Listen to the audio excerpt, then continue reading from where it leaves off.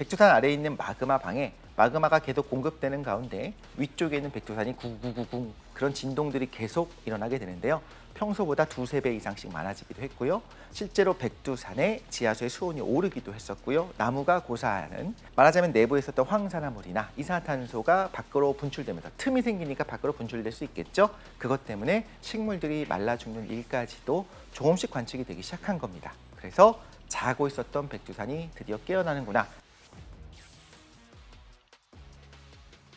우리나라에 활화산이 3개가 있는 거 알고 계십니까? 사실 많은 분들이 놀랍니다. 그 3개가 뭐냐면 백두산, 한라산, 울릉도입니다. 울릉도조차도 활화산이고 놀랍게도 독도는 아닙니다. 독도가 훨씬 더 오래전에 화산활동이 끝났고 울릉도의 경우에는 최근의 연구들을 보면 내부의 온도가 조금씩 오르고 있는 것 같다. 여기서 언제든지 폭발해도 다시 분화하더라도 이상할 게 없다라고 이야기를 할 때는 언제든지라고 하는 건 정말로 2시간 뒤 혹은 하루 뒤를 말하는 것이 아니고 지질학적으로 바로 폭발할 가능성이 있다. 왜냐하면 어느 정도의 압력으로 위를 틀어막고 있는지, 내부에서 어느 정도의 압력으로 나오려고 하는지, 그 힘이 어느 정도가 되는지, 그리고 나올 수 있는 화도가 있는지, 화구가 있는지 이런 부분은 알기가 어렵기 때문입니다. 하지만 우리나라에도 3개의 활화산이 있습니다. 그리고 우리가 정말로 화산에 관심을 갖기 시작한 것은 2000년대 초반이었던 것 같아요. 그때 백두산이 활발하게 활동을 하기 시작했습니다. 휴화산인 줄 알았는데 그 당시에 화산성 지진이 굉장히 많이 나타났습니다. 백두산 아래쪽에 있는 마그마 챔버에, 백두산 아래에 있는 마그마 방에 마그마가 계속 공급되는 가운데 위쪽에 있는 백두산이 구구구구 소리가 난다는 것이 아니라 그런 진동들이 계속 일어나게 되는데요. 평소보다 두세 배 이상씩 많아지기도 했고요. 실제로 백두산의 지하수의 수온이 오르기도 했었고요. 나무가 고사하는, 말하자면 내부에 있었던 황산화물이나 이산화탄소가 밖으로 분출되면서 틈이 생기니까 밖으로 분출될 수 있겠죠. 그것 때문에 식물들이 말라 죽는 일까지도 조금씩 관측이 되기 시작한 겁니다. 그래서 자고 있었던 백두산이 드디어 깨어나는구나. 그때 기사가 정말 많았습니다. 그런데 의문이 생깁니다. 백두산은 지금 분화할 가능성이 있다고 하는 그 백두산은 뭐 열점이 아니면 설명할 수 없는 위치에 있습니다. 근데 과연 열점일까? 최근의 연구들은 다른 것을 시사합니다. 이 두 가지 외에도요. 지각판이, 해양판이 대륙판 아래로 내려갔을 때 바로 내려가자마자 수분을 뽑아내고 여기서 마그마가 형성될 수도 있지만 이 들어간 지각판이 어떻게 되는지 궁금하지 않습니까? 바로 녹아버리면서 멘틀과 하나가 되는 게 아니고요. 쭉 아래로 내려가서 이 멘틀 사이를 가로지르게 됩니다. 암석이 우리가 생각하는 것처럼 바로 녹아서 멘틀과 하나가 되는 게 아니었어요. 깊숙하게 들어간 상태로 멘틀과 멘틀 사이를 쭉 가로지르면서 이동을 하게 됩니다. 물론 그 과정에서 좀씩 녹을 수가 있겠죠. 그렇게 멘틀의 상부가 아니라 멘틀의 중부 정도쯤 되는 그곳에서 어떤 온도 압력 조건 때문에 여기서 수분이 또다시 나오면서 마그마가 형성될 수가 있습니다. 이렇게 되는 경우에는 바로 판이 들어가자마자 화산이 나타나는 것이 아니고 깊숙하게 대륙판 아래까지 간 다음에 거기서 마그마가 형성될 수가 있습니다. 그게 바로 백두산의 위치입니다. 지금은 그렇게 보고 있고요. 백두산에 마그마를 공급하고 있는 것은 여전히 태평양판이 대륙판 아래 내려갔기 때문인데 그 위치에서 하필이면 계속적으로 마그마를 공급하고 있습니다. 일반적으로 화산의 경우에는 전조 증상이 있다고 말씀을 드렸습니다. 왜냐하면 정말 마그마가 분출하기 위해서는 높은 압력으로 위를 막고 있음에도 불구하고 그 압력을 이기고 마그마가 뚫고 나와야 되지 않습니까? 그 과정에서 반드시 화산성 지진이 만들어지게 됩니다. 그래서 이렇게 흔들림도 느껴질 수가 있고요. 정말로 거대한 많은 마그마가 분출된다고 하면 당연히 아래쪽에서 마그마가 밀어 올리니까 산체 자체가 높아질 수가 있겠죠. 실제로 눈에 띄게 산체가 높아질 수가 있고요. 그렇게 높아지다가 산이 무너져서 갑자기 산사태가 날 수도 있습니다. 그렇게 되면 위를 막고 있었는데 옆으로 무너지면서 옆부분이 노출돼서 옆으로 터져 나오는 측분화도 있을 수가 있습니다. 문제는 그와 별개로 전혀 아무런 징조 없이 분화하는 일들이 있다라는 겁니다. 그것은 마그마가 실제로 뚫고 나오는 것은 아니고요. 내부의 지하수가 마그마 근처를 지나면서 굉장히 높은 온도가 되었음에도 불구하고 여전히 위가 막혀있기 때문에 끓지는 못하고 있는 상황인 겁니다. 그러다가 어떤 이유로 균열이 생기면서 팡 하고 터져 나온 것이 가능합니다. 당연히 간헐천처럼 물만 뿜어져 나온 게 아니고요. 그 과정에서 내부에 있었던 먼지들도 같이 나오게 되겠죠. 그래서 작은 화쇄류가 만들어질 수도 있습니다. 이 말씀을 왜 드리느냐? 거대한 분화가 되겠는가? 그건 아닙니다. 백두산을 말씀하시는 많은 분들이 1000년 전의 분화, 946년에 있었던 그 밀레니엄 분화는 굉장히 컸지만 그 이후에 평균 100에서 200년에 한 번씩 있었던 분화의 기록들을 보면서 사실 크지 않았다라고 말씀하십니다. 맞습니다. 그리고 어쩌면 앞으로 향후 몇 년 안에 일어날지도 모르는 분화가 밀레니엄 분화처럼 큰 분화가 아니고 어쩌면 지진계가 없었으면 화산을 계속적으로 지속적으로 모니터링하지 않았으면 몰랐을 정도로 굉장히 작은 분화일 수도 있습니다. 물론 아닐 수도 있겠죠. 그런데 작은 분화라 하더라도 위험성은 있습니다. 그 이유는 바로 지금 말씀드린 것처럼 작은 분화의 대표적인 예 중에 하나인 수증기 폭발이 있었을 때 사람에게는 치명적일 수 있다는 겁니다. 온타케산의 분화가 크지 않았습니다. 그 규모 자체가 거대하진 않았습니다만 수많은 관광객들이, 등산객들이 그 위에 머물러 있었고 징조 없이 분화했을 때 갑자기 많은 인명피해가 있을 수밖에 없었습니다. 백두산 천지 내려다볼 수 있는 그 위치에 가면요, 지금도 많은 사람들이 있습니다. 적어도 이 부분에 대해서 더 모니터링을 강화하고 일어날 수 있다라고 하는 인식을 가지는 것이 중요합니다. 또한 우리가 생각할 때 화산재가 날리거나 혹은 용암이 흘러내리거나 혹은 화쇄류가 덮치는 것만이 위험한 세상이 아닙니다. 과거에 일본의 후지산이 거대한 분화를 했었을 때가 300년 전에 호에이 분화가 있었습니다. 그때 도쿄가 굉장히 큰 피해를 입었죠. 하나 가정을 해볼까요? 만약에 일본의 거대한 화산이 또 다른 분화를 해서 우리나라로는 화산재가 오지 않았지만 일본의 거대한 도시 하나를 마비시킨다고 가정을 해봅시다. 우리한테 영향이 없을까요? 지금 우리는요, 50년 전만 해도 생각하지 못했었던 그런 시대를 살고 있습니다. 물류가 정지하게 되면 그것 때문에 피해가 나타나는 거고요. 꼭 용암에 휩쓸려서 사람이 죽는 것이 아니라 정말 많은 양의 화산가스가 성층권까지 도달했을 때 만들어지게 되는 거대한, 말하자면 지구를 식히는 그런 기상이변이 나타나게 만드는 세상에 살고 있습니다. 이런 상황이다 보니까 과거와 다릅니다. 조선시대와도 또 다르고요. 사실 1960년대랑도 다를 겁니다. 지금 만약에 이런 일들이 벌어진다? 제가 생각할 때 우리가 생각해야 되는 하나는 뭐냐면 바로 경제의 붕괴가 되겠네요. 만약에 북한 스스로 구호를 할 수 없는 상황이 됐다라고 한다면 도와주러 가야겠죠. 우리나라도 도움의 손길을 내밀 거고요. 일본도 그렇게 할 거고요. 러시아도 할 거고요. 미국도 할 거고 당연히 중국도 할 겁니다. 거대한 화산의 분화라고 한다면 단순하게 구호 물자가 가는 걸로는 안 됩니다. 아마 질서 유지를 위해 군이 투입될 가능성이 있습니다. 한국군을 받아들일까요? 중국군을 받아들일까요? 북한의 정권은 어떤 군을 더 환영할까요? 물론 아무도 환영하지 않을 수도 있겠습니다만 정말 자연재해가 심해졌다라고 한다면 어떻게든 수습해야 되는 상황에서 제가 제일 걱정하는 건 두 가지 정도가 있겠는데요. 첫 번째는 이민해방군이 돕는다는 미명하에 진공하게 될 거라는 거고요. 두 번째는 정말 그렇게 해서 뭐 전쟁이 난다거나 전투가 벌어지다가 이걸 말씀드린 게 아닙니다.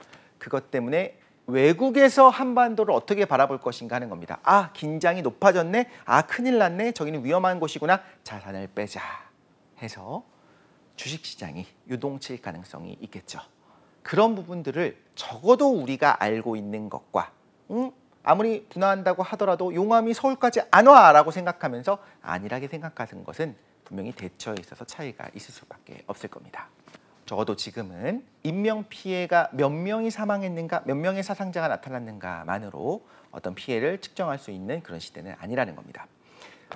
화산의 분화 소식이 왔다고 한다면 우리가 뭘 제일 먼저 하는 게 좋을까요? 각자 안전하다고 생각하는 일을 먼저 하겠죠. 아마 저라면 일단 주식시장이 어떻게 요동치는지를 확인할 것 같습니다. 사실 백두산이 분화가 됐을 때 갑자기 화쇄류가, 용암이 서울까지 올 일은 없다고 보시면 됩니다. 그런 일은 일어나지 않습니다. 근데 만약에 정말 거대한 규모의 분화가 일어났다라고 한다면 과거의 사례들을 보면 92년도에 있었던 피나투보산도 그렇고요. 훨씬 더 그 이전에 있었던 탐보라 화산의 분화도 마찬가지인데요. 기후 자체를 잠깐 바꿉니다. 성층권까지 올라간 먼지와 황산화물이 태양빛을 가리게 됩니다. 물론 빛을 가린다고 하는 것이 어두워진다는 의미는 아닙니다만 들어오는 에너지 양이 줄어들기 때문에 온도가 떨어지게 됩니다. 단순히 온도가 떨어져서 아니 안 그래도 기후변화 때문에 지구온난화 때문에 걱정되는데 잘 됐다가 아닙니다. 기본적으로 광합성량이 줄어들게 되고요. 중요한 것은 흉작이 오게 될 거라는 겁니다. 그런 큰 규모가 있었을 때 과거에 탐보라 화산이 분화했을 때는 유럽에서는 처음에 몰랐거든요. 그 다음 해에 알았습니다. 사실 유럽 입장에서는 네덜란드 식민지였던 동아시아의 그 무슨 동남아시아의 화산이 분화했다 이 소식이 전해질 이유가 없었죠. 왜 그런지도 모르는데 1년이 지나니까 여름이 이상합니다. 여름 없는 해로 역사에 기록이 되었습니다. 실제로 여름이 없다는 건 아니고요. 여름이 28도였던 기온이 20도로 떨어졌다는 게 아닙니다. 평균 기온이 1도만 떨어지더라도 실제로는 어마어마한 기상 이변이 나타나게 됩니다.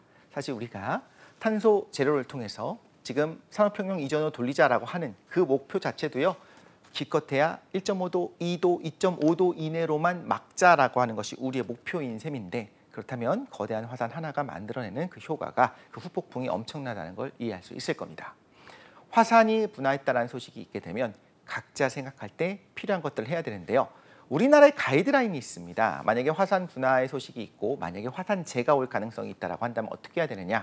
일단 식수를 확보를 해야 됩니다. 그리고 아마 들으신 분도 있을 겁니다. 욕조에다가 물을 붓는 겁니다. 정말 필요한 상황에서는 그것을 식수로도 쓸 수 있을 거고요. 일단은 물은 유용하기 때문에 먼저 욕조에 받으라는 이야기를 하기도 합니다. 우리나라 인프라가 잘 돼 있는 나라입니다. 정말 뭐 말도 안 되는 거대한 자연재해가 닥치지 않는 이상 일주일씩 한 달씩 고립될 일은 거의 없다라고 볼 수도 있겠죠. 그렇지만 최소한 3일 정도는 전기든 수도든 끊길 수도 있다는 것도 생각을 할 필요가 있습니다. 화산이 그거랑 무슨 상관이 할 수 있겠지만 화산재라고 하는 것이 비를 같이 동반해서 떨어지게 되면요. 전기가 생각보다 잘 통합니다. 전기가 끊어질 수가 있고요.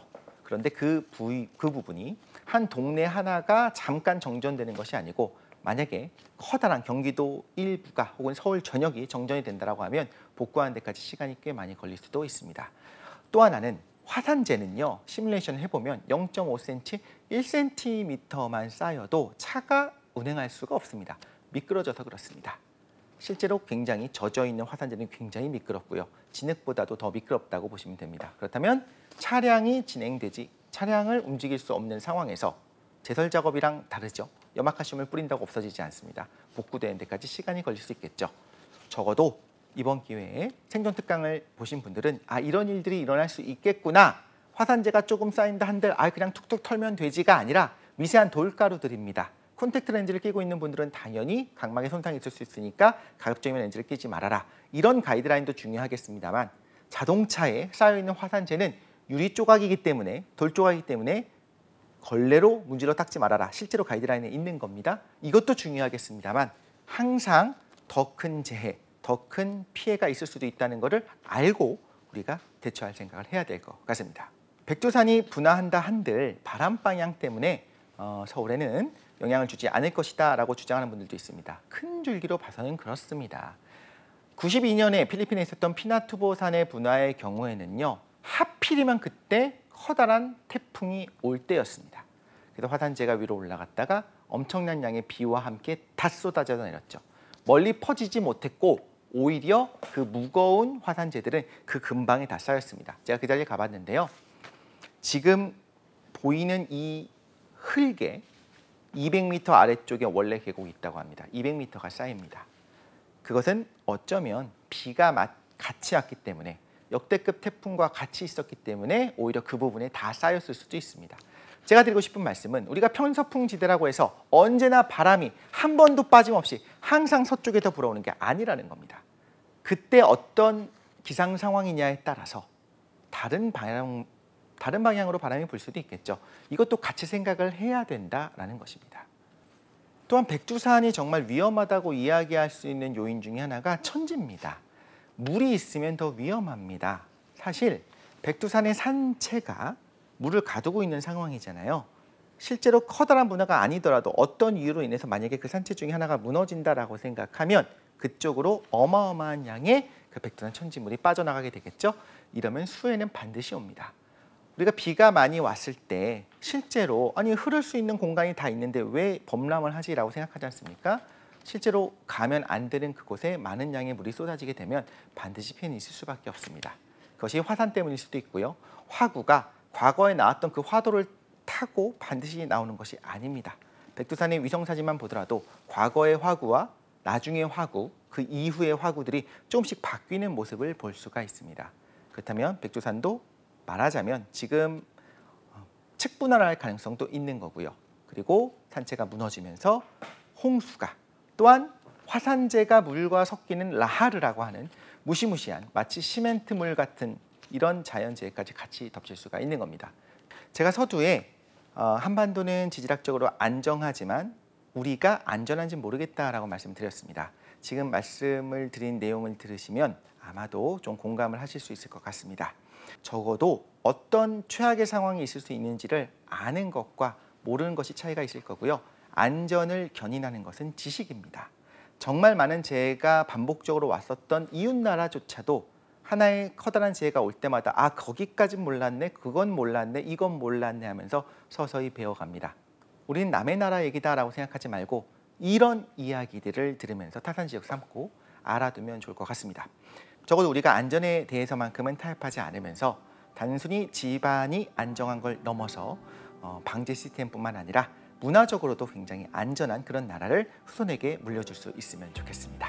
감사합니다.